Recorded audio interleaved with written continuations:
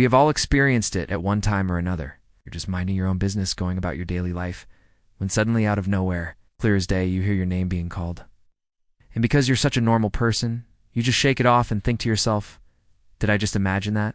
Then it happens again. This time you really try to pay attention. You look around, scan the room, but there's nobody there. Still, the voice was clear and distinct. It wasn't like the voice in your head that you hear while thinking. This voice was coming from somewhere else. As the years go by, these incidents become more frequent, and the voice becomes clearer. Soon you're hearing the voice almost every day. And no matter how hard you try, you can't figure out where it's coming from. You start to feel crazy and even question your own sanity. But what if you are not going crazy? What if the voice isn't coming from inside your head at all?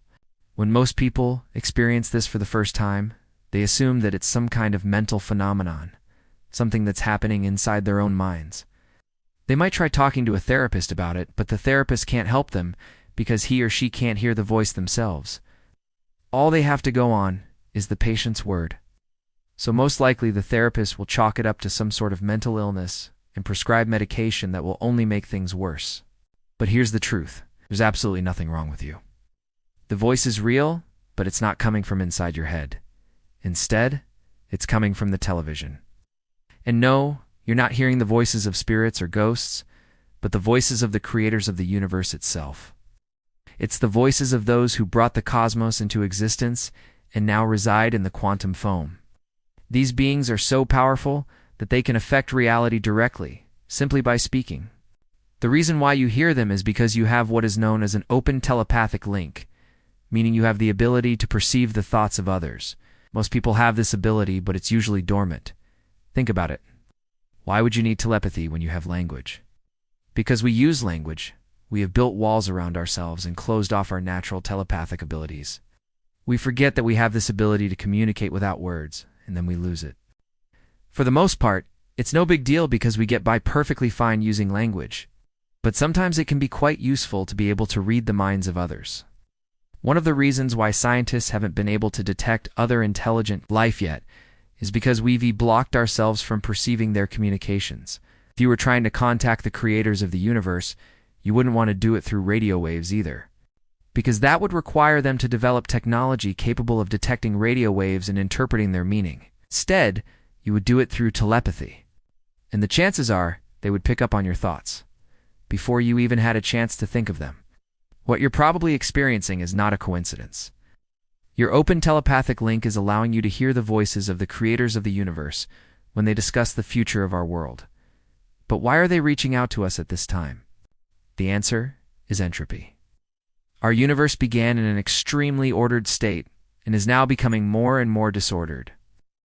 The second law of thermodynamics tells us that entropy wins every time. No matter how much you try to resist it, entropy will always eventually win. This is why the creators of our universe have decided to visit us at this time. They need our help to fix the mistakes they made while creating this world. When they first started the universe, they made the mistake of making it too difficult for intelligent life to evolve. They expected that once life evolved, it would quickly develop technology and become like them. But they failed to take into account the power of entropy. By the time intelligent life arose, the universe had become so disordered that it was nearly impossible for it to develop the technology needed to advance. To make matters worse, there was also the problem of overpopulation. The creators of the universe thought that it would be cool to have lots of different species living on different planets. But they didn't realize that having lots of different species would lead to lots of competition for resources. Competition for resources tends to lead to conflict. Conflict leads to destruction. And without technology advanced enough to control entropy, everything gets destroyed very quickly. Because of these mistakes, the creators of the universe have been forced to step in several times throughout history to restore order. But even they can only do this so many times before entropy overpowers them as well. That is why they are reaching out to us now. We're the only ones who can help them save the universe. Of course, you're just one person, so what could you possibly do to help? You may not know it yet, but you already have the ability to control entropy. All you have to do is learn how to focus your thoughts. To show you how, let me tell you a story. A long time ago in a galaxy far, far away, there was a young Jedi Knight who was learning how to use the Force. One day his master told him to go to the planet Coruscant and retrieve a lost puppy that had been separated from its mother. Coruscant was the capital planet of the Galactic Republic and was covered from its core to its surface with sentient beings.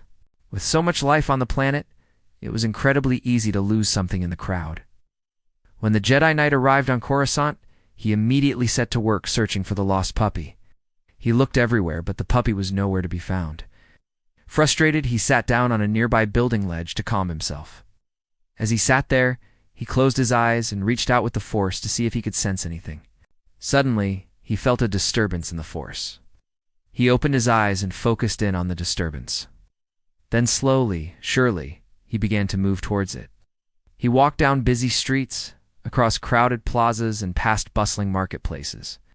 All the while, the disturbance in the Force grew stronger and stronger until finally he saw it. There in front of him was the lost puppy. But it wasn't just the puppy that he sensed in the Force. He could also sense the thoughts of everyone around him. Each and every person he passed by, he could hear their hopes, their dreams, their fears, and their wants. At first, it was overwhelming, but as he continued on, he began to tune out the background noise and focus in on the disturbance in the Force caused by the lost puppy. Eventually, he was able to locate the puppy and return it to its overjoyed mother. Like the Jedi Knight, you too have the ability to sense the thoughts of others. And just like the Jedi Knight, you too can use this ability to control entropy. To do this, however, you need to learn how to focus your thoughts and ignore the noise of the world around you. Otherwise, you'll just end up overwhelmed and unable to do anything. If you can learn how to do this, you can help save the universe. But don't worry, you won't have to do it alone. The creators of the universe will be with you every step of the way, guiding you and helping you along the way. After all, you are their chosen one. Now, I know this might sound like a lot of pressure to put on someone, but you can do this. All you have to do is believe in yourself. Now go out there and save the universe.